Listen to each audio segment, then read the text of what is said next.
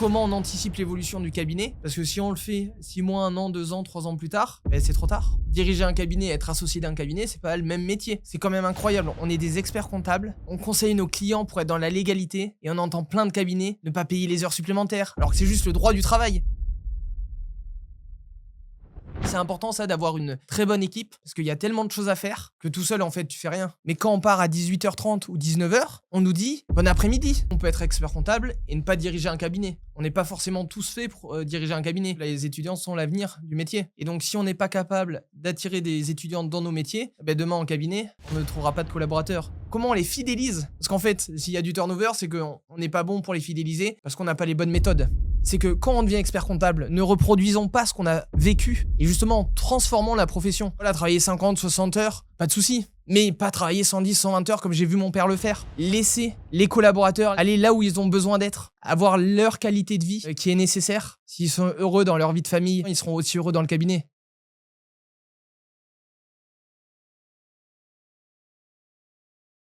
Salut et bienvenue dans un nouvel épisode du podcast Les Geeks des Chiffres. J'espère que vous avez la pêche. Aujourd'hui, nouvelle invitée, nouvelle masterclass avec un jeune futur expert comptable, Mathieu Dintra. Très heureux de t'accueillir dans cet épisode, Mathieu. Merci Nicolas de m'accueillir. Alors, pour te présenter rapidement, tu bosses dans un cabinet de 35 personnes. Vous avez au total un portefeuille de 1300 clients. C'est ça. Il y a 3 experts comptables, 3 mémorialistes. Toi, tu es au bord d'avoir ton diplôme d'expertise comptable. Donc, dans 1 an, on te le souhaite et on croise les doigts pour toi. Tu es aussi, depuis septembre 2023, président de l'Annex, qui est une association de jeunes experts comptables j'aimerais bien qu'on en parle parce que, vu ton jeune âge, tu as 25 ans, je pense que c'est une expérience très intéressante et inspirante pour aussi les étudiants qui nous écoutent, mais aussi les professionnels et les anciens experts comptables et moins anciens qui peuvent aussi comprendre qu'est-ce que la nouvelle génération a besoin, quels sont les moteurs qu'elle veut voir, parce que l'attractivité de la profession, c'est pas à toi que je vais apprendre ça. Il faut le travailler. Et donc, du coup, on a un vaste programme. Merci beaucoup d'être là. Je vais commencer par une première question. Qu'est-ce qui t'a déjà donné envie de devenir expert comptable? C'est une très bonne question qui a sûrement un lien avec mon histoire. Alors, raconte-nous l'histoire. Puisque mon père est expert comptable. Ok. Et j'hésitais jusqu'en 3e entre expert comptable ou prof d'histoire géo. Parce que je suis fan d'histoire. Ok. Je me suis amusé à faire toute la généalogie de ma famille. Enfin voilà, j'adore l'histoire. Trop bien. Et en fait, ce qui m'a vraiment motivé à aller sur expertise, c'est quand j'ai fait mes stages de 3e. Et la chance, si je puis dire, que j'avais, c'est comme mon père est expert comptable, j'ai vraiment pu le suivre. On partait le matin à 6h du matin à Felletin, on se levait. On rentrait à 23h du soir. On avait une demi-heure de pause. Et j'avais vraiment vu toute la journée les clients. Et j'étais pas juste sur un stage de saisie, entre guillemets, barbant. Et puis, petit accessoirement, alors mon père travaillait beaucoup, énormément, et toujours d'ailleurs. Et donc, on le voyait toujours à la maison sur son ordinateur. Ok. Et je m'amusais, pour l'anecdote, il nous ramenait les vieux ordis de son cabinet, qui étaient plus utiles. Et donc, je m'amusais à faire des comptes bancaires fictifs sur Excel. Ok. J'avais quoi? J'avais 10 ans, 9-10 ans. Donc voilà, un peu ce qui m'a donné envie. Puis j'aime le côté rencontrer les clients, les entrepreneurs, les accompagner. Et ça, je trouve ça important, accompagner, voir qu'on est utile au quotidien. Alors, c'est marrant parce que j'ai reçu Régis Samuel, qui est le fondateur de MyUnisoft, qu'on pourrait aussi aborder cet outil technologique, et qui disait que justement, il a grandi avec un papa expert comptable, et comme il ne le voyait pas beaucoup, il fallait qu'il aille au cabinet pour pouvoir passer du temps avec lui. C'était quoi ta vie de jeune avec un parent qui travaille aussi beaucoup? Je pense que ça peut être aussi intéressant. Est-ce que tu le voyais avec ah bah mince, mon père, je le vois pas assez, ou alors c'était peut-être un modèle pour toi? Comment tu le regardais, toi, avec tes yeux d'enfant? Alors, nous, on avait les 2 cas. On avait ma mère qui était prof Ok. d'économie, économie sociale et familiale. Donc, en fait, on l'avait tout le temps, entre guillemets, si je puis dire. Ah, d'accord. Parce qu'elle avait les mêmes vacances scolaires que nous. Le soir, elle était tout le temps là, elle venait nous récupérer à la maison. Donc, j'ai grandi avec une mère très présente et aimante. Papa, lui, était aussi aimant, hein. On faisait toutes nos vacances ensemble. Mais le soir, quand il rentrait au plus tôt à 19h.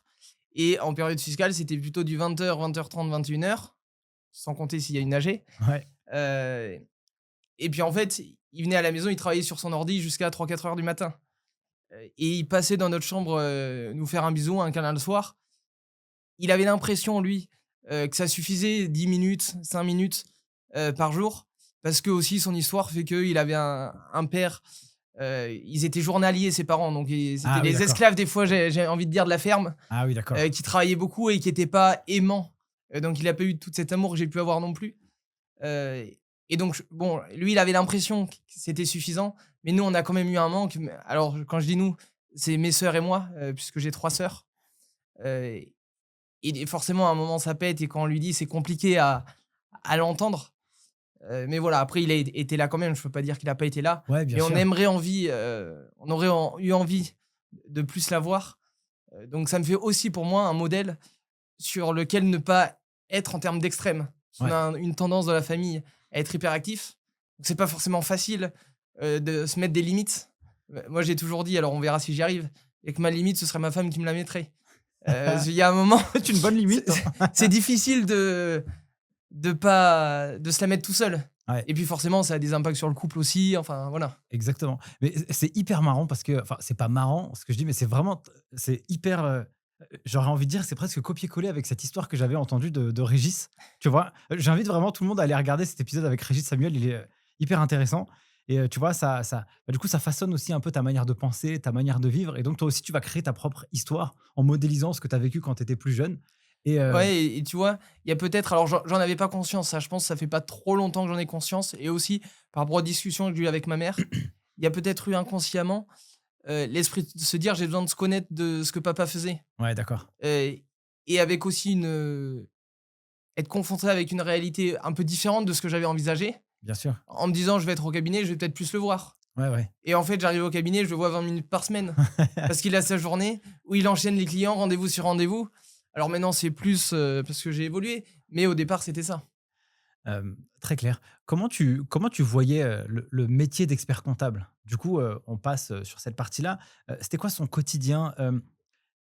Je dirais comment lui aussi il a évolué, il a appris? Qu'est-ce que les entrepreneurs et les dirigeants qui, viennent le voir lui ont aussi permis de devenir? Je sais pas si c'est très clair ma Ouais, question, mais en fait, l'idée c'est vraiment de comprendre, voilà, comment toi tu l'as vu plutôt, dans son évolution personnelle au contact de toutes ces personnes qu'il a rencontrées? Voilà. moi, j'ai toujours vu papa épanoui, Ouais, heu, hyperactif, mais fou de son travail, OK. un amoureux. Il le faisait pas parce que c'était, le bagne. Il aimait vraiment ça et il aime toujours ça. Heu, je pense qu'il y a un côté vraiment être au service des gens. Heu, on dit qu'on est le médecin généraliste de la famille pour l'expert comptable. Heu, il y a un côté assistant social aussi d'une certaine manière. On se confie, on se donne complètement et je me souviens en stage, par exemple, d'être avec lui en rendez-vous client et les clients pleurent devant lui. Parce que c'est difficile quand on part à la retraite, qu'on se rende compte qu'on va avoir 800, 900, peut-être 1 000 € alors qu'on a travaillé toute sa vie dure et qu'on mérite d'avoir une retraite plus importante. Et il y a tout un accompagnement et je trouve que c'est une beauté sur ce métier, sur le côté humain, au-delà du côté, qui est aussi, très joli, d'accompagner l'entreprise, la faire grandir, et dans tous les domaines. Et là, du coup, tu pointes un truc, qui est hyper intéressant et je pense hyper important. C'est vrai que le dirigeant, il est dans l'opérationnel. Il bosse, il a le problème avec ses clients, ses salariés, le droit, l'URSSAF, tous ces trucs Mmh. qui lui cassent un peu la tête. Et tu vois, il y a cette charge mentale aussi que quand toi, tu es entrepreneur, bah, que tu vas ramener chez toi. Et donc, en fait, tu peux avoir l'impression que quand tu vas voir ton expert comptable, bah, ça peut être un peu le bureau des pleurs ou un peu l'exutoire, quoi. Donc c'est vrai qu'il y a aussi cette, dominante très, pédagogique, très dans l'écoute, dans l'empathie. Mmh. C'est vraiment un muscle, qu'il faut développer dans cette profession. Et je pense que c'est pas toujours facile pour l'expert comptable, d'autant plus s'il est seul, qu'il exerce, tout seul. Parce qu'en fait, les entrepreneurs, on est leur dirigeant unique, on est leur interlocuteur privilégié. Ils ont un problème, ils nous appellent et donc on est expert en tout, généraliste, parce que on est capable de répondre à un nombre de domaines qui est juste énorme et c'est un des rares métiers, je pense. On a autant de choses entre la fiscale, le social, le juridique, la compta, enfin c'est très, très vaste. Et donc ils nous déposent tout ça, les dirigeants, mais nous, quand on est expert comptable, on est nous-mêmes dirigeants d'une entreprise. Alors, on dit qu'on dirige un cabinet, mais on a d'abord une entreprise et on n'a pas cet interlocuteur-là pour se confier. Parce qu'on va pas voir, ce qui peut-être des fois il faudrait d'ailleurs qu'on le fasse, on va pas voir un autre expert comptable lui dire: «J'ai tel problème, qu'est-ce qu'il faudrait que je fasse?» Et donc il y a un côté de l'expert comptable qui est seul Alors peut-être que ce côté-là est un peu moins présent quand on a une plus grosse taille de cabinet, mais il y a ce point, je pense, qui est important. Hem, tu démarres, ton alternance donc tu fais ton DCG Ouais, en initial à l'école exactement. traditionnelle. Ensuite, tu passes, sur l'alternance en DSCG que tu fais dans ce cabinet. Tu arrives, tu es junior. Ouais. À quoi ressemblent, tes premiers mois? Alors mes premiers Ça, mois, c'est 2019, hein, donc si c'est j'ai ça, bien pris mes notes. septembre 2019, et je commence le DSCG en novembre 2019, OK. comme c'est en octobre les examens. J'arrive, je pense que je pourrais le résumer, en ce que Laurence m'a dit. Donc Laurence, c'est une collaboratrice, qui me dit: «Mathieu, je considère que tu sais tout faire, Tout va bien. parce que tu sors de l'école. Voilà, je te fais faire ça. Si tu sais pas, tu me dis et voilà, je t'explique». Et donc j'apprends comme ça sur le tas, petit à petit, parce qu'on sait très bien que quand on sort de l'école, on a de la théorie, mais de la pratique, on l'a pas. Donc on apprend énormément sur le tas. J'arrive dans un cabinet très traditionnel. À l'époque, on devait être 22-23 à peu près. OK.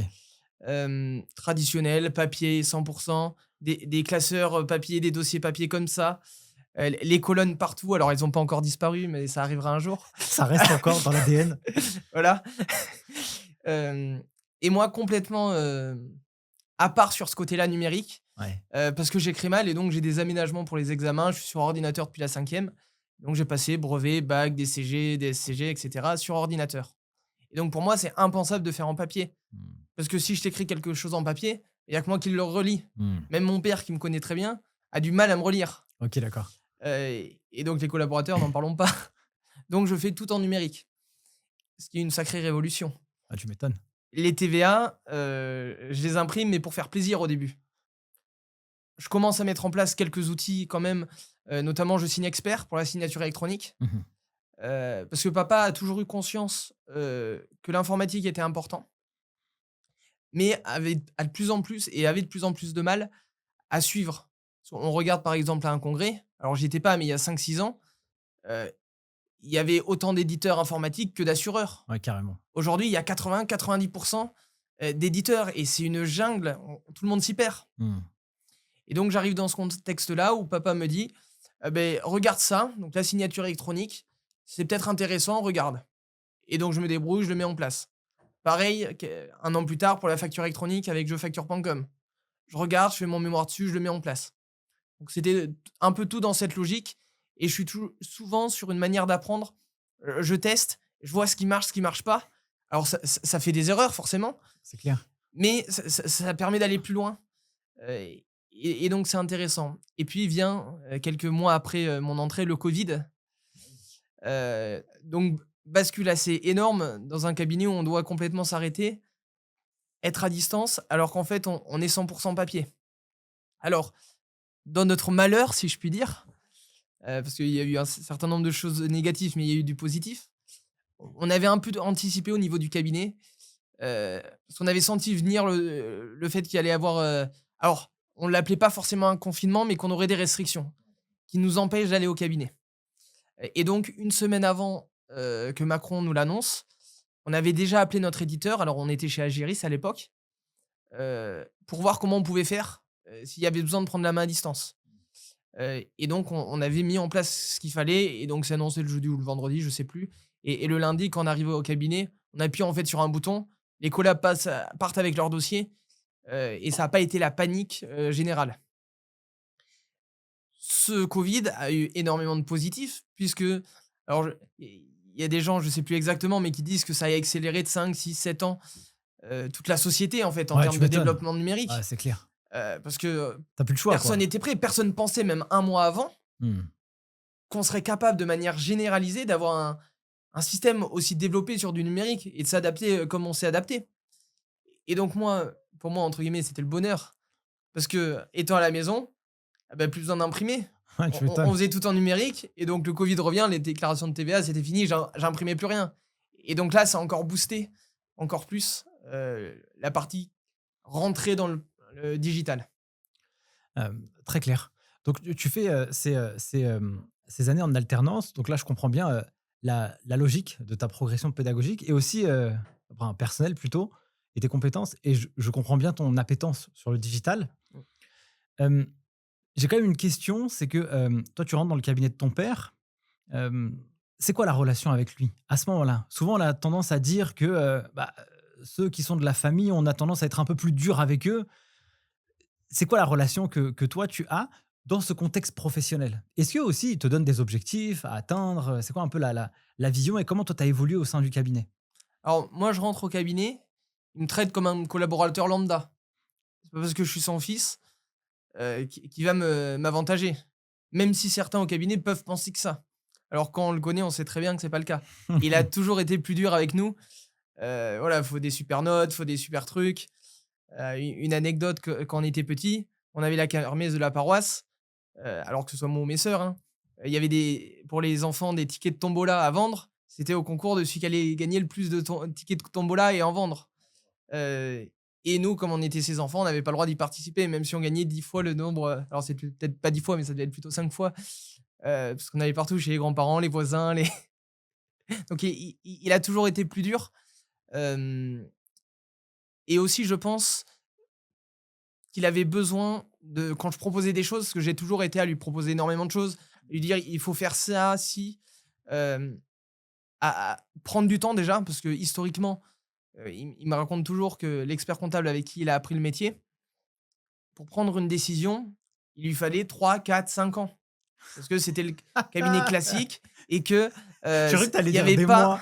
Non, c'est j'aurais bien aimé dire des mois, hem et qu'il y avait pas autant de changements, en tout cas en termes de techno, Ouais, il y a 20 ans. d'accord. Lui, il dit, quand je décide en 1 an, 6 mois, c'est déjà énorme pour lui. Je vois. Parce que ça fait une marche en avant, qui est incommensurable. Mais moi, c'est hyper long. Quand on regarde, par exemple, l'IA, on regarde ChatGPT qui est sorti il y a 1 an et demi à peu près. Entre il y a 1 an et demi et la version d'aujourd'hui, mais Ouais, c'est juste fou la différence. carrément. Et si on n'a pas intégré, alors ChatGPT, mais on pourrait faire le parallèle avec énormément de technologies, eh ben on est à la ramasse et on prend du retard. Et donc c'est important d'être capable de tester les nouvelles technologies quand elles arrivent, de tester, si on regarde sur le métier, différents nouveaux logiciels, voir ce qui se fait pour, voir comment on anticipe l'évolution du cabinet. Parce que si on le fait 6 mois, 1 an, 2 ans, 3 ans plus tard, ben c'est trop tard. Du coup, aujourd'hui, ton rôle dans le cabinet, c'est quoi? Comme ça permet de comprendre aussi, quelle a été l'évolution et concrètement, qu'est-ce que tu fais aujourd'hui? On en discutait un petit peu en Ouais. off, tu restes encore, les mains dans l'opérationnel, mais tu as une vision peut-être un peu plus stratégique aujourd'hui et qu'est-ce qui a permis, que justement tu as pu prendre cette place-là au sein du cabinet? Et on en discutait aussi en off au niveau des nouveaux jobs que vous avez intégrés dans le Mmh. cabinet, data controller, welcomer si on pourrait l'appeler un peu comme ça, mais qui pourrait avoir un autre nom. Je trouve ça hyper intéressant, de voir un peu l'évolution pour que nos auditeurs ils puissent, bien comprendre. Alors, très vite, quand je suis rentré dans le cabinet, j'ai pris la place de celui qui maîtrise l'informatique. Et donc, dès qu'il y avait un problème, c'était un peu comme on l'entend souvent, le jeune, il aime l'informatique, on lui délègue tout. Ouais, Alors, il y en a pour beaucoup, c'est caricatural, parce qu'ils n'ont pas forcément les compétences. Pour le coup, je les ai. Donc, c'était pas gênant du tout, et j'aimais ça. Donc, très vite, je suis devenu l'informaticien interne du cabinet. Et j'ai transformé un certain nombre de choses. Hem Et donc j'ai eu le poste, on va dire, même si j'avais autant de prod que les autres, de, responsable de la digitalisation, on va dire, du cabinet. Et donc j'ai poussé un certain nombre de changements, sauf que ça posait des soucis parce que je poussais les changements pendant 6 mois, 1 an. Je disais à mon père: «Il faut faire ci, il faut faire ça», et puis il décidait 15 jours avant le changement, de faire le changement. OK. Donc là, forcément, le changement n'est pas anticipé. Résistance au changement, forcément, des collaborateurs, et c'est normal. Parce qu'en 15 jours, on peut pas faire le changement de manière idéale, et il manque toute une partie de préparation. Carrément, bah, j'ai mes TV à faire, j'ai mon bilan, j'ai l'autre qui me demande une situation mensuelle, laisse-moi tranquille avec le changement quoi, tu vois? Faut que C'est j'y aille. ça. Ouais, je Et vois. pendant 15 jours, moi complètement sous l'eau à faire que ça, enfin, Ouais, je vois. pas jour et nuit parce que voilà, je suis un gros dormeur.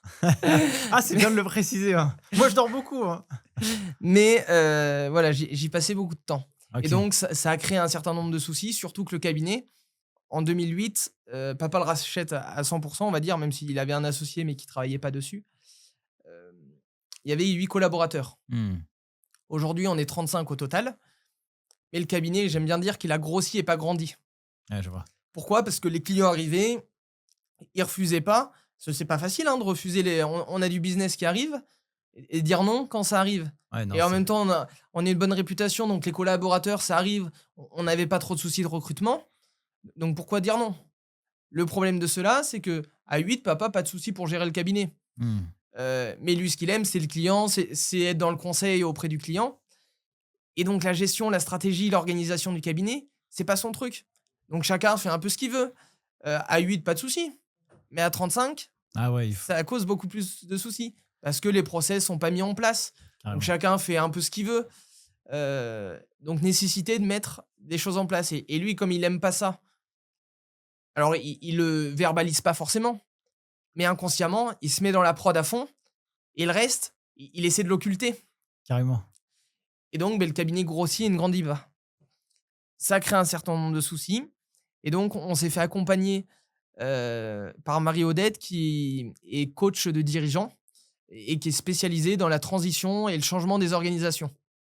Elle a accompagné notamment des ordres d'architectes, donc pas mal de choses hyper intéressantes. Et pour voir, en fait, qu'est-ce qu'on pouvait faire. Parce que papa, il y a des nuits ces derniers mois où il dormait quasiment plus. C'était très compliqué pour lui. Parce que forcément, ça trottait, il voyait bien qu'il y avait plein de soucis dans le cabinet. Alors, ça veut pas dire que c'est tout réglé aujourd'hui, hein, parce qu'il faut du temps pour tout transformer. Et du coup, on a été accompagnés. On nous a. Alors, tous les experts comptables du cabinet, donc il y en a 3 plus moi, comme j'étais déjà dans la direction, et qu'on décidait entre guillemets tous les 4 ensemble, même si à la fin, comme papa, c'est lui qui possède le cabinet, c'est lui qui tranche au final. On s'est fait accompagner, on a fait des tests, notamment des profils strong, où en gros, on nous a posé quasiment 300 questions pour voir un peu comment on fonctionne chacun. Le but Mmh. de ça, c'était de nous mettre à la bonne place. Parce qu'on peut être expert comptable et ne pas diriger un cabinet. On n'est pas forcément tous faits pour diriger un cabinet. Diriger un cabinet, être associé d'un cabinet, c'est pas le même métier. Carrément. Et donc, on a été accompagnés et on s'est rendu compte qu'un certain nombre de personnes n'étaient pas forcément à la bonne place. Et que lui, notamment, euh, à 35, il était plus capable de gérer un cabinet. Je trouve que alors ça pour moi c'est une masterclass et ça je pense que c'est vraiment un message à faire passer. Heu, je vois bien, nous avec l'école en ligne et Geek des chiffres et bon, je te poserai aussi la question un petit peu, après. Souvent dans les cabinets, on va reprocher des problèmes de management. Alors je dis pas que c'est le cas chez vous, mais en tout cas c'est les échos que moi je ressens Ouais. entends tout le temps. Problème de management, problème de vision, problème de structuration, d'outils, on est mal équipé et cetera et je trouve que d'avoir cette démarche proactive de se dire: «Bah, en fait, c'est bien de pouvoir, comprendre comment chaque personne fonctionne et quelle est sa valeur, sa zone de génie, en Mm. fait, en réalité. Et c'est vrai que d'être expert dans la prod, c'est une compétence, mais être expert dans la prod, c'est pas être expert dans une vision, dans une structuration, porter un projet, embarquer les gens. Chacun a son rôle. Et je lisais un bouquin qui s'appelle Piloter une équipe gagnante, je crois.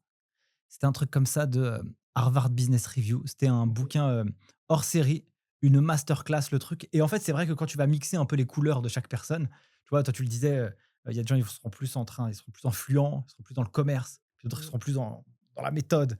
Mais c'est bien que chaque personne du COMEX, en tout cas de l'équipe dirigeante, elle puisse à la fois se comprendre, parler dans le bon canal de communication de l'autre personne et pas dire: «Ah mais lui, lui quand il fait un travail, c'est bâclé quoi», tu vois? Alors qu'il Oui, sait alors que lui il est pas comme ça lui, tu vois? c'est clair. Donc je trouve ça, vraiment vertueux et ça a été assez intéressant, c'est que à 8 ça roule, mais à partir de 8 ou à partir de 10 c'est plus mon rôle. Je suis plus dans le rôle, je dois passer le flambeau à quelqu'un d'autre où lui, il va réussir à faire, de 10 à 100 ou de 10 à 50. Oui.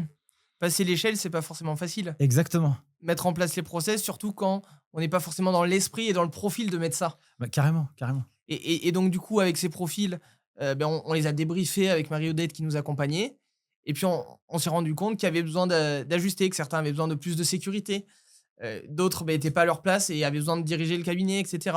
Et donc, on a fait tout un organigramme aussi pour clarifier, parce que les collabs le voient bien. Quand le Mmh. dirigeant va pas, Ah ouais, c'est un ça peu toute l'organisation qui va pas. carrément. Parce que les collabs, même s'ils font leur travail, voilà, qu'ils se plaisent dans ce qu'ils font, eh ben, ça crée un certain mal-être. Mmh. Donc il y avait besoin de réajuster et la question de l'ajustement. Et donc on a créé un CODIR entre mon père et moi. Et donc là aujourd'hui, je suis cadre dirigeant du cabinet. Donc on gère toute la partie stratégie du cabinet. Parce que légalement, je ne peux pas être gérant de cabinet comme je suis pas encore diplômé. Bientôt, mai 2025. On Exactement. croise les Je doigts. croise les doigts pour qu'en mai 2025, quand je passe le diplôme, je l'ai. Et donc, à partir du moment où je serai diplômé, voilà, je deviendrai gérant du cabinet. Et donc, en fait, moi, aujourd'hui, mon métier, alors j'ai un peu de dossier, parce qu'il faut quand même que je garde la technique. Carrément. On peut pas être dans le parcours d'expertise comptable pour devenir expert comptable derrière et ne pas faire d'expertise Ah, comptable. c'est dommage. Ce serait un peu embêtant. Et donc, j'ai gardé une dizaine de dossiers à peu près. Mais 90% de mon temps, c'est la direction, la gestion du cabinet, avec l'objectif de passer le cabinet de l'ère de la compta à l'ère du conseil. Parfait. Écoute, c'est une très bonne transition pour moi. J'aimerais qu'on aborde cette expérience que tu as aujourd'hui à la présidence de l'annexe pour qu'on puisse comprendre qu'est-ce qui t'a amené jusqu'à cette position et justement toi, quelle est ta lecture du marché actuel et comment tu pressens ce qui va se passer demain et justement comment on va faire pour passer de la compta au conseil. Ça va faire plein de questions. Commençons Ouais. déjà par la première brique, présidence. Comment tu es arrivé à ce niveau-là? Alors d'abord l'annexe, parce que peut-être que tout le monde ne connaît Exactement, pas. et qu'on puisse expliquer un peu c'est quoi l'association. Donc l'annexe, c'est l'Association nationale des experts comptables stagiaires historiquement. Alors maintenant, on nous appelle des mémorialistes. Donc c'est des mémorialistes et commissaires aux comptes stagiaires et des étudiants, c'est très important et j'y tiens, en comptabilité supérieure. Historiquement, l'asso est axé sur le diplôme du DEC, mais on s'ouvre énormément aux étudiants. Pourquoi? Parce que les étudiants sont l'avenir du métier. Et donc si on n'est pas capable d'attirer des étudiants dans nos métiers, demain en cabinet, on ne trouvera pas de collaborateurs. Donc c'est important et on ouvre grand les portes, c'est important de le dire, aux étudiants dans notre association. L'annexe, on a 3 métiers: aider, informer, représenter. Aider, donc comme je disais, à obtenir son diplôme, DEC et maintenant encore plus DSCG, même certaines sections aident pour le DCG. Ça va être des actions de révision, notamment. Informer, on a un certain nombre, on a une dizaine de partenaires où on informe sur des thèmes d'actualité. Des thèmes qu'on voit pas forcément dans le cursus. Ça peut être sur la retraite, sur la banque, sur la valorisation des cabinets. On a des partenaires, techno, je pense à Time par exemple, qui vont venir présenter l'IA et des choses comme ça. Et puis on a la partie représentation, qui est auprès de l'ordre et de la compagnie, parce qu'on est partie expertise comptable, mais commissariat aux comptes. C'est un seul diplôme qui mène à ces 2 métiers, même si on n'est pas obligé d'exercer les 2. Et donc, je rencontre régulièrement président de la compagnie, présidente de l'ordre, pour échanger, refaire remonter tout ce qui va, tout ce qui ne va pas aussi, pour qu'on puisse améliorer de manière globale la profession. Et il y a ce niveau de représentation au niveau national, parce qu'on a 2 organisations, une niveau national et une en local, et aussi en local, sur la représentation, même si c'est quand même plus le national qui s'en occupe. Pour faire simple sur la distinction, alors on est encore en ancienne région, et donc il y a des sections locales qui organisent vraiment les événements concrets pour les adhérents, type révision, réunion partenaire. Au niveau national, il faut plus nous voir comme un support, et donc on va négocier avec les partenaires, les réunions partenaires, voir ce qui s'est bien passé, moins bien passé, pour pouvoir toujours les améliorer et avoir une vraie qualité. À l'annexe, on aime bien dire qu'il y a un savoir-faire et qu'il faut le faire savoir. Hem Et puis, on est aussi là en support sur la partie représentation, faire remonter. Heu et moi, mon dada, et c'est aussi pour ça que je me suis engagé à la présidence, c'est le numérique et la transformation de la profession. Mmh. Et donc, si je m'y suis engagé, c'est pour ça. Mais avant d'y revenir, peut-être mon parcours, comme c'était Et dans la question. exactement. Donc bon, j'ai fait DCG, DSCG. Une fois que j'ai eu mon DSCG, le président de l'époque, Lucas, donc de l'annexe Limousin, parce qu'on commence forcément en région. On commence pas en président national, directement. Ah, tu m'étonnes. M'appelle et me demande si je veux bien rentrer dans le bureau de l'annexe. Alors, il faut savoir que l'annexe, je connais sans connaître depuis petit. Parce que comme mon père est expert comptable, il y est passé par l'annexe. Et d'ailleurs, c'est drôle, j'ai retrouvé dans les archives qu'il avait été président Limousin. Et j'ai trouvé une photo de lui en 97. Enfin, par hasard, c'était très drôle. Et donc, je connaissais, mais je mettais pas grand-chose derrière. J'avais fait une action de révision pour le DSCG, j'avais révisé la compta, mais c'était tout. Donc, je rentre au bureau en me disant pourquoi pas, je vais regarder ce qui se fait. Et en fait, il se trouve qu'il y avait personne pour prendre la présidence. Et qui dit pas de président régional dit section en sommeil et donc plus rien. Ce qui est embêtant quand même. Surtout que Lucas avait quand même remonté la section. Avant, il y avait eu, mais je vais pas dire que ça vivotait parce que c'est pas totalement vrai, mais il a vraiment remonté en niveau. C'était dommage de perdre tout ce qui avait été fait. Et j'avais l'idée, dans 1 ou 2 ans plus tard, de prendre la présidence de Limousin. Mais je me disais, je vais regarder pendant 1 an. Si la section était en sommeil, je n'aurais rien vu. Donc, j'ai accepté de prendre la présidence. Et donc là, je prends la présidence en janvier 2022. En juillet 2022, Jean-Pascal, donc le président de l'époque, qui est mon prédécesseur, donc président national, m'appelle pour savoir si j'ai envie de rentrer au bureau national. Donc je lui réponds positivement. Anecdote assez drôle de l'époque, donc j'en parle à mes parents. Et mon père me dit: «Fais attention, tu vas devenir président national de l'annexe». Alors chose très drôle parce que déjà lui, il l'avait pas forcément vu. Et moi, j'ai répondu à papa: «Jamais de la vie, j'ai pas que ça à faire». Et bah voilà. Il Avec avait le raison. recul, Il avait raison. c'est ça. Et donc en septembre 2023, je rentre au bureau national en tant que membre actif. Ok. Quand on est membre actif, alors on a chacun 1 ou 2 projets qu'on mène. On va 1 fois par mois au bureau national à Paris. On se retrouve 1 fois par mois pour évoquer tous les sujets de l'annexe qu'il y a besoin de faire avancer. Plus on est référent de 2 ou 3 sections. Ça veut dire qu'on aide une section locale, et c'est vraiment notre rôle de support, à grandir, la conseiller dans ce qu'elle fait, pour que ça réponde au mieux aux besoins des adhérents, et surtout que le président ait quelqu'un pour qui se confier pour les difficultés, ce qui va pas. Puis c'est toujours bien d'avoir un œil extérieur, parce que c'est un peu comme l'expert comptable. Quand on est dans la prod, la tête dans le guidon, c'est difficile de voir ce qui manque pas, ce qu'il faudrait faire en plus. Donc c'est un peu ça l'idée du référent. Euh, les projets à mener, est-ce que tu pourrais donner un exemple qui Ouais. a été fait? Alors, il y a plein de types de projets. Il y a par exemple le projet étudiant, pour voir qu'est-ce qu'on fait pour les étudiants. Il y a ce qu'on appelle la pyramide des âges.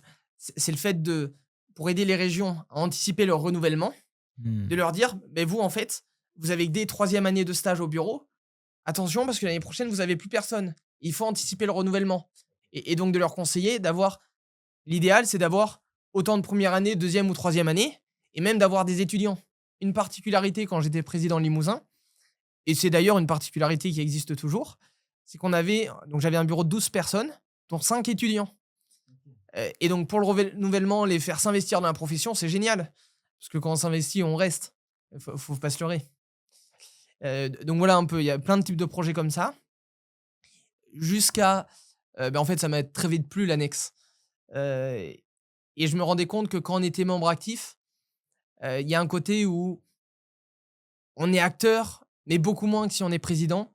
Et il y a pas ce côté, on peut vraiment impacter, impulser sur la profession pour la transformer. Ok, je vois. Et comme j'ai ça, j'aime ça, ça me manquait. Et donc en fait, à partir de janvier à peu près 2023, a commencé à trotter cette idée: «Est-ce que je deviendrais pas président?» Par voie de conséquence, en fait. Ouais, bien sûr. Alors que j'y pensais pas du tout au départ. Mais du coup, comment on devient président? Est-ce qu'on propose un projet? Ouais. Qui vote pour nous? Pour qu'on puisse un peu comprendre comment on arrive à cette place. Et une fois qu'on a cette place, qu'est-ce qu'on doit faire justement pour Mmh. bien faire le boulot, tu vois? Ouais, et il y en a du boulot. Ah ouais, tu Je peux m'étonnes. te le dire.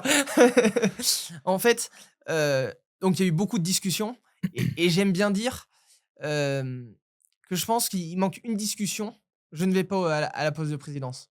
Pourquoi? Parce qu'on décide pas du jour au lendemain d'avoir envie d'y aller. C'est des discussions, il faut que ça mature parce que ça a quand même un engagement qui est important, ça a un impact sur la vie de famille si on a une famille. Donc c'est pas un engagement qu'on prend à la légère, qu'on décide 2 ou 3 jours avant. Et donc beaucoup d'échanges, et je pense notamment à Nicolas, qui était vice-président à l'époque, qui a été très longtemps à l'annexe, avec qui on a beaucoup échangé et qui me dit: «Beh, parle-en à Jean-Pascal», voilà, m'a permis aussi de maturer tout ça. Et donc on était 3 à rester, du bureau précédent. Ce sont des mandatures d'1 an, renouvelables 1 fois. En fait, c'est des mandatures de 2 ans, et on a un groupe qui change quasiment pas pendant 2 ans. Il y a toujours 1 ou 2 entrées, on est 10, mais voilà, ça reste à peu près les mêmes. Et donc on a été 3 à continuer, Alexandre et Nathan en plus de moi, et donc on a commencé à appeler des gens, alors des élus régionaux, et on rentre au bureau national comme ça, soit parce qu'on nous appelle, soit parce qu'on te demande à y rentrer, parce qu'on a des projets pour l'association. OK. Et donc on a appelé, on était 10 au final, un certain nombre de personnes qui sont aujourd'hui avec moi au bureau national. Et c'est important ça d'avoir une très bonne équipe, parce qu'il y a tellement de choses à faire que tout seul en fait tu fais rien. Ça. Et donc si on peut pas déléguer à nos vice-présidents, aux membres actifs, ben, on est mort et on se crame et rien n'avance.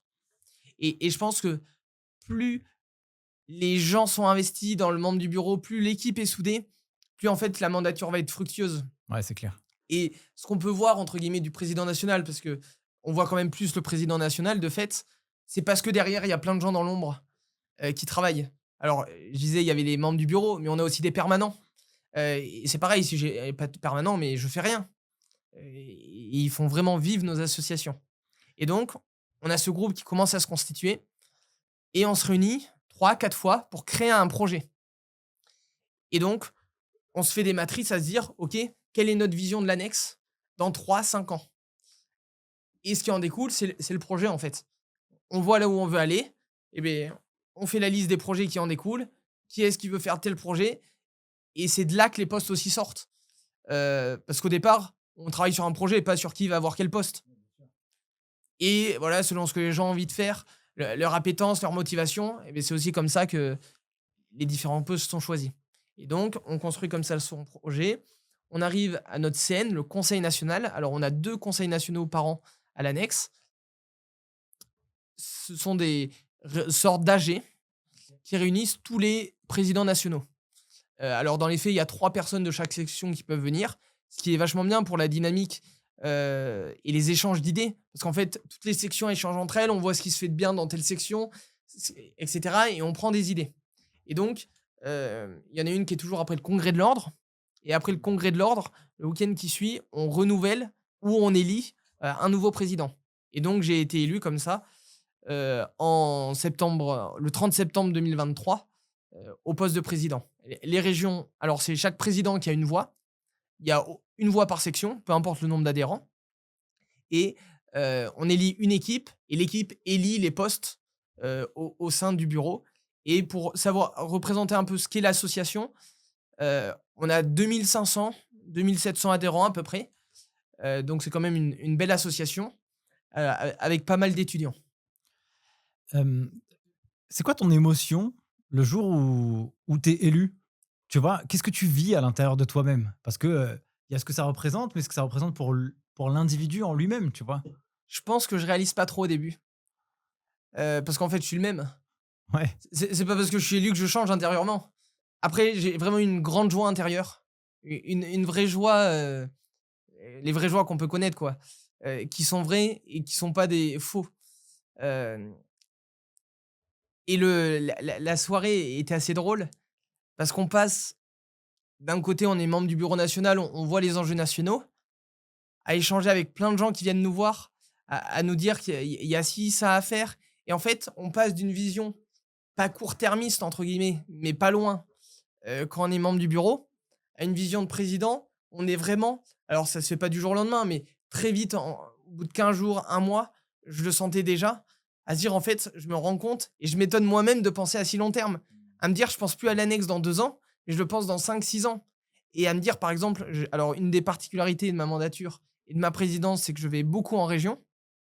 À la fin du mois de juin, j'aurai fait quasiment toutes les sections en métropole. En tout cas, il m'en manquera 2 ou 3. Et donc à chaque fois que je vais en région, je me dis: «Ah tiens, un tel, ça serait pas mal pour l'amener au bureau national. Voir lui peut-être plus loin, sur des postes potentiels». Et donc voilà, il y a un côté où on devient beaucoup plus à long terme, et quelle vision on porte pour l'asso, mais la profession de manière plus large. au moment où on tourne cet épisode, on est, précisément le, 28 mai Ouais, 2024. Du coup, ça fait, octobre, novembre, décembre, janvier, février, mars, avril, mai. Bah, du coup, juin, mai, ça fait 8 mois, ouais, hem, déjà, déjà. ça passe vite, hein. Exactement. Qu'est-ce que qu'est-ce que ce rôle t'a appris? Énormément de choses. Une petite anecdote, quand je avant d'être élu, certains me demandaient: «Pourquoi tu y vas?» Et à chaque fois, je répondais: parce que c'est vraiment ce que je pensais. J'y vais pour la profession, pour la transformer, pour être au service de la profession. Et on me répondait, ouais, mais t'as forcément un truc perso, quoi, que tu vas, que tu veux en retirer. Et c'est une question qui m'a beaucoup travaillé parce que je n'arrivais pas à trouver au début. Alors, je finissais 15 jours, 2 semaines, 3 semaines avant. Je me disais me dire: «Je pense que ça va m'apporter quelque chose au niveau du cabinet». Pour essayer de trouver un intérêt perso aussi à y aller. Ouais, bien sûr. Heu, mais c'était quand même assez flou Mmh. et en fait, on se rend pas compte, mais quand on est président, on est amené à côtoyer un nombre de personnes, mais radicalement différentes. Aussi bien des adhérents, alors j'aime bien dire en rigolant des simples adhérents. Parce qu'en fait, il y a moi je suis un simple adhérent, hein. Je suis adhérent avant d'être président de l'annexe et tout le monde a apporté quelque chose. Et donc on côtoie des adhérents, des présidents de l'ordre, de la compagnie, des gens qui ont rien à voir dans le métier. Je suis invité, à des conférences sur l'IA, alors pas forcément pour la donner, mais pour y participer et écouter. Et donc je suis confronté à un nombre de sujets énormes qui me permet d'affiner ma vision, et c'est intéressant. On est invité, par exemple, dans notre rôle de représentation. Alors, il y a l'ordre qu'on connaît bien, mais il y a aussi les syndicats. IFEC, ECF, EPA, alors qui se considère comme un mouvement politique, pas un syndicat en tant que tel. Et donc, on est aussi invité par les syndicats. Alors, il faut savoir que l'annexe, on est apolitique, ou en tout cas insyndical, parce qu'on fait de la politique dans le sens, pas de la politique politicienne, mais on rend service à la cité. On participe à la vie de la profession. Et ça, c'est noble, et c'est quelque chose que j'aime beaucoup. Mais en termes de syndicat, on est neutre. On va pas avantager un syndicat par rapport à l'autre. On dit ce qu'on pense parce qu'on le pense. Et donc, les syndicats nous appellent régulièrement, et il y a pas de souci, à aller dans leurs congrès. Parfois même, je pense à l'IFEC, c'est la première prise de parole que j'ai faite. Ils ont un salon de la transmission des cabinets. Mmh. Ils m'ont invité à y aller pour savoir quelle est l'avis de l'annexe sur ces sujets de transmission des cabinets. Alors, pour la petite histoire, j'étais pas tout seul parce que, donc il y a l'annexe qui aide à obtenir son diplôme et il y a le CJEC, qui est le club des jeunes experts comptables, qui là sont les diplômés, qui sont l'après. Et donc les 5 premières années, après notre inscription, on passe au CJEC. Et donc c'est important de bien comprendre l'annexe CJEC parce qu'on est vraiment des associations sœurs qui fonctionnons beaucoup ensemble. Nos permanences, les salariés sont les mêmes. Mmh. On revient là d'un bureau national ensemble. On a des bureaux communs, pour vraiment avoir ce côté association sœur, faire avancer la profession ensemble. Et donc régulièrement, et Wahib, le président, voilà, je l'ai très souvent au téléphone, on discute régulièrement pour faire avancer nos 2 associations. Et le rôle de président, donc c'est un rôle, heu, spécifique, très pris par le côté représentation. C'est quand même ma plus grande partie. Quand j'ai appelé, les syndicats, présidents, la semaine de mon élection, et donc j'ai eu Cécile de Saint-Michel au téléphone et je leur ai demandé à tous, heu, qu'est-ce qu'ils attendaient de moi et est-ce qu'ils avaient des conseils à me donner? Et j'ai beaucoup aimé ce que Cécile m'a dit. Alors je la connaissais pas du tout, je l'avais vue une fois ou 2, mais c'est tout. Elle m'a dit: «Tu es là, peu importe entre guillemets ce que tu penses, tu es là pour représenter les jeunes et pour porter la parole». Et donc j'aime bien dire que le rôle du président, c'est ça, c'est être là pour porter la parole. Et c'est aussi pour ça que je vais beaucoup en région. Parce que comment porter la parole de nos adhérents, si je les connais pas et que je reste entre guillemets à Paris, dans ma tour d'ivoire si je puis dire, même si c'est pas une tour d'ivoire, pour les représenter? Bah, alors là, pour moi, la transition, elle est vraiment parfaite. Du coup, qu'est-ce qui raconte le terrain? Tu vois? De la profession. Tu vois, ces jeunes, si ce sont des adhérents, ça veut dire qu'ils sont, dans la phase, étudiant, mémorialiste. Ouais, on a et des étudiants et des mémorialistes. Donc, là, j'aimerais faire passer un message. Nous, chez les Geeks des Chiffres, ça fait depuis, 2020 maintenant. Il y a plus de 11 500, ou presque 12 000 personnes qui sont passées sur la plateforme. On forme les DCG, DSCG et puis on a aussi, pas mal de personnes qui nous suivent sur les réseaux, sociaux et j'en entends des choses et j'aimerais aussi que, bah, une instance représentative aussi puisse porter le message des gens qui sont sur le terrain. Bah, je te laisserai vraiment la parole parce que là, j'ai vraiment envie de sensibiliser, peut-être un peu les réfractaires ou les gens qui ne voient pas la réalité en face? Qu'est-ce qui se passe aujourd'hui? Moi, je pense qu'il y a 2 gros problèmes, heu et que j'entends, mais tout le temps. Un, on n'est pas bien dans notre cabinet. Il y a un problème de management énorme.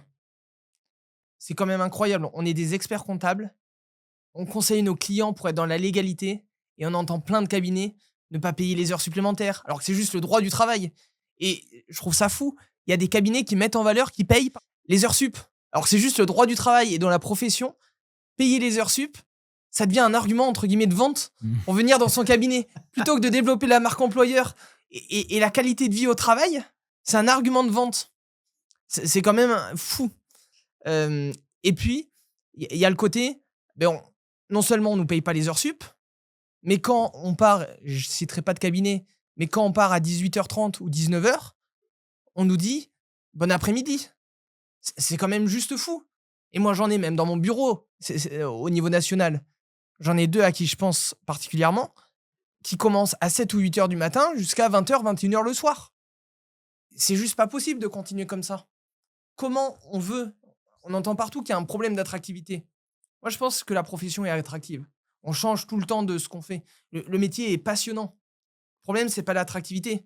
C'est comment on gère les collaborateurs et surtout, comment on les fidélise. Parce qu'en fait, s'il y a du turnover, c'est qu'on n'est pas bon pour les fidéliser parce qu'on n'a pas les bonnes méthodes. Donc il y a cette première grosse remontée qu'on entend partout. Avec la chose importante, c'est que pourquoi on en est arrivé là? Parce qu'il y a des générations et des générations d'experts comptables qui ont fait ça.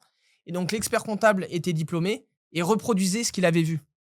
Et donc si j'ai aussi un message à faire passer, c'est qu'aux jeunes diplômés, c'est que quand on devient expert comptable, ne reproduisons pas ce qu'on a vécu et justement transformons la profession. Moi je crois beaucoup et j'aime beaucoup ça, la technique du petit pas. C'est dire, beh, qu'est-ce que je peux faire aujourd'hui de très facile pour améliorer quelque chose. Et donc je fais un petit pas à pas après pas et on se rend compte qu'à la fin, tout est transformé. Ce qui est fort, dans l'échange qu'on a, je sais pas, ça fait combien de temps qu'on discute? À mon avis, ça fait peut-être, j'en sais rien. J'avais mis mon chronomètre. Ça doit faire peut-être, 45 minutes, 1 heure qu'on est en train de discuter en ce moment. Et là, je sens que le cœur, il est sorti là, quoi. Tu vois? Et en fait, c'est pas des blagues. Ça veut dire que et moi, je partage exactement ton point de vue. Souvent, on critique pas le travail en cabinet. On critique souvent les conditions de travail en Complètement. cabinet. C'est pas tout à fait la même chose. Ça veut dire que généralement, quand les gens ils sont au cabinet, ils aiment ce qu'ils font. Pour la simple et bonne raison, c'est comme tu l'as dit, bah, tu t'ennuies pas, tu fais ça, tu as ça, tu as ça, tu as ça, tu as 1000 problèmes à gérer, toujours des trucs intellectuels qui sont différents. Tu apprends toute la journée, toute la vie. Je pense que voilà, on finit jamais d'apprendre dans cette industrie. Complètement. Mais les conditions de travail, c'est vraiment celles-là qu'il faut réformer. Et merci de partager ça.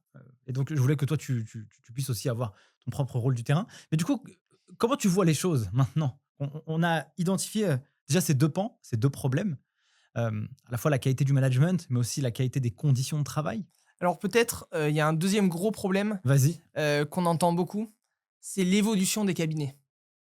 Combien de cabinets sont comme celui où j'étais, hein, et où je suis toujours, à être beaucoup papier et même beaucoup trop et à ne pas anticiper, prendre l'évolution et combien j'en entends qui sont sur des vieux logiciels, par exemple, et les experts comptables regardent même pas à bouger. Combien n'anticipent pas la facture électronique? Pour ne citer que cet enjeu qui est juste énorme et qui va être un boom pour la profession incroyable. Et j'entends beaucoup de mémorialistes, principalement des mémorialistes plutôt que des étudiants sur cette remontée, me dire: «En fait, moi, je peux rien faire dans le cabinet, l'expert comptable veut pas évoluer et donc quand l'expert comptable veut pas évoluer, eh bien, on peut rien faire». Et donc s'il y a un message pour les experts comptables, je pense que ça peut être de leur dire: «Laissez vos mémorialistes prendre la main sur la partie technologique. Laissez-les gratter, laissez-les même se tromper, c'est bon, c'est sain de se tromper, pour transformer votre cabinet et le faire grandir». Et on en a plein qui sont, j'ai envie de dire désespérés, c'est pas peut-être pas le mot exact, mais c'est de cet ordre d'idées. Parce qu'en fait, il y en a un gros tiers, je pense, heu, qui ne peut rien faire et donc qui sont considérés comme des collabs plus plus dans leur cabinet. Alors que quand on est mémorialiste, on est là pour apprendre le métier d'expert comptable et donc on doit être capable, quand on a notre diplôme, d'exercer seul le métier, d'être capable de diriger un cabinet et ceux qui sont malheureusement collab plus plus, Mais jamais ils n'arriveront à ça à la fin du diplôme. Ensuite, on en a un tiers, je pense, hem, qui les experts comptables leur disent, par exemple, la facture électronique: «Regarde», je pense à une personne en particulier qui est dans ma promo de DEC, heu, qui a dit sur la facture électronique: «Beh, regarde, ce qu'on peut faire».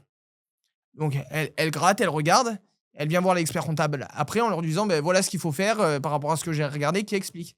Et l'expert comptable dit: «C'est très bien, merci, on bouge pas. On laisse les autres essuyer les plâtres». Et il y a toujours malheureusement cette mentalité dans la profession de dire: «On laisse les autres essuyer les plâtres» et on prend pas conscience de toute la valeur que ça a entre guillemets d'essuyer nous-mêmes les plâtres. Même si en vrai quand on regarde, par exemple la facture électronique, ça marche très bien. Le Mexique par exemple, pour ne citer que ce pays, même si c'est un peu différent, il y est depuis 2004, on n'essuie plus pas les plâtres aujourd'hui sur la facture électronique. Et le dernier tiers, mais je pense que je le surestime un petit peu, je pense que je suis un peu trop optimiste des fois, qui a les mains, et les commandes des cabinets, alors pas forcément comme moi à diriger le cabinet, mais qui peuvent vraiment faire changer les choses. Ils grattent, ils font et ça aboutit sur du concret, sur de la transformation. Hyper clair. C'est, très, tu vois, c'est vrai qu'il y a un problème culturel dans la profession où il y a des choses qui Mmh, qui perdure et je vais pas dire que ça me fait sourire, mais en fait, à un moment donné, il va y avoir, une date butoir et cette date butoir, celui qui l'aura anticipée, franchement, c'est parfait pour lui et elle. Il y aura aucun problème, il va se passer des choses incroyables. Mais alors là, je pense qu'il y en a qui vont ils vont vraiment se prendre une claque dans la figure, quoi. D'autant plus quand on pense quand même, on passe vraiment de l'ère de la compta à l'ère du conseil. Des collabs qui font depuis 25, 30 ans de la saisie, comment si on n'anticipe pas, on les fait passer en 2, 3, 6 mois à un métier, pas qu'on aura rien à voir parce qu'il y aura des bases qui vont servir, mais qui est complètement différent. Il va falloir être plus commercial, où il va falloir vraiment maîtriser les technos, où il va falloir faire de la vraie analyse sur le client. Aujourd'hui, on reçoit le client. Alors généralement, c'est assez. Il y a deux organisations dans les cabinets. L'expert comptable reçoit le client, le transfert au collab qui fait tout. Soit l'expert comptable reçoit, et c'est un peu scindé, surtout sur les bigs. Il y en a qui font que de la saisie. Parce qu'au passage, je pense que pour l'attractivité et la fidélisation, faire que de la saisie toute la journée, c'est pas Pas sorti en ouf. fou. Ouais, pas ouf. Et puis après, il y en a qui font les déclarations, les révisions. Et voilà, c'est un peu scindé comme ça aujourd'hui. Demain, ça va être complètement différent. Et des collaborateurs où aujourd'hui les clients, on les reçoit un an plus tard, après leur bilan. On a le 31 décembre, là on reçoit les rendez-vous bilan. Assez classique. Ça apporte de la valeur, mais ça dépend de l'expert comptable et de ses spécialisations. Mais le collab, en fait, il est pas vraiment dans la boucle. Donc il y a un vrai problème aussi là-dessus de valorisation. Et donc, comment on va faire demain pour faire des points mensuels, trimestriels avec les clients? C'est pas l'expert comptable qui va pouvoir se libérer pour tous ses clients, faire des points mensuels et trimestriels. Et puis, il n'y a pas notre plus vocation à ce que l'expert voit tout le temps les clients. Que l'expert les voit parce qu'il y a des problèmes, des soucis, c'est hyper important. Et il y a une vraie valeur ajoutée à l'expert. Mais les collaborateurs ont aussi énormément de valeur ajoutée à apporter. Alors, il va falloir les former, les transformer, les faire évoluer. Et c'est important de dire aussi que ça ne peut pas se faire sans eux. Et qu'il faut faire des groupes de travail, de projets dans les cabinets pour dire, par exemple, on a notre process client qui est comme ça aujourd'hui. Comment on le transforme en ayant vraiment une vision parcours client pour que ce soit plus fluide pour le client, parce qu'on est d'abord là à son service. En profiter pour supprimer les irritants, parce qu'on a énormément d'irritants entre client et collab. Et comment faire dans tout cela pour que le collab puisse évoluer, s'épanouir par rapport à la vision qu'on a de demain. Heu, écoute, masterclass. En tout cas, je pense que le message, il est bien passé. On arrive déjà à la fin de cet épisode, mon cher Mathieu, qui est passé, vite. Ouais, j'ai pas vu passer le temps. Et il y a tellement de choses à dire. Ouais. On se laisse, le droit de faire une V2, un peu plus tard. Avec plaisir.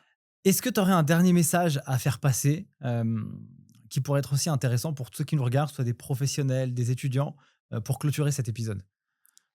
Je dirais que la génération d'avant nous a exercé le métier, avait une vraie passion et a fait énormément de bien pour le métier.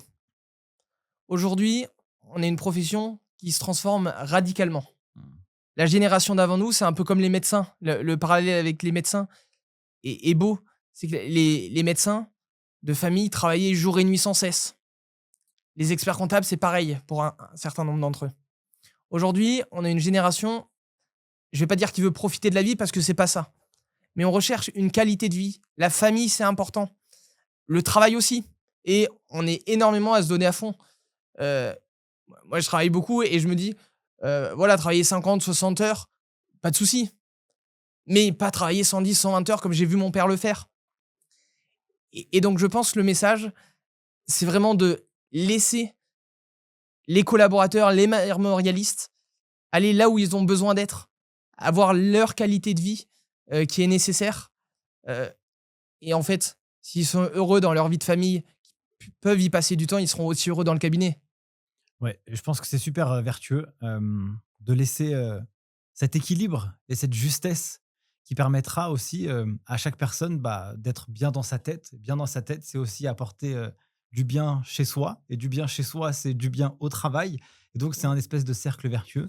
Merci beaucoup Mathieu d'avoir participé à cet épisode du podcast Ligue des chiffres. Je mettrai ton profil LinkedIn en description de cet épisode. Merci beaucoup en tout cas. Merci à toi, j'ai été ravi. Merci à tous d'avoir participé à cet épisode. C'était un grand plaisir pour moi. Si aussi vous avez kiffé, n'hésitez pas à me le faire savoir en mettant un commentaire, les likes, les 5 étoiles sur les plateformes de podcast. Parce que à la fois c'est bon pour le référencement, mais aussi ça me fait plaisir parce que ça montre que ça vous apporte de la valeur. Sur ce, je vous souhaite naturellement le meilleur et je vous dis à très vite pour un prochain épisode. Ciao!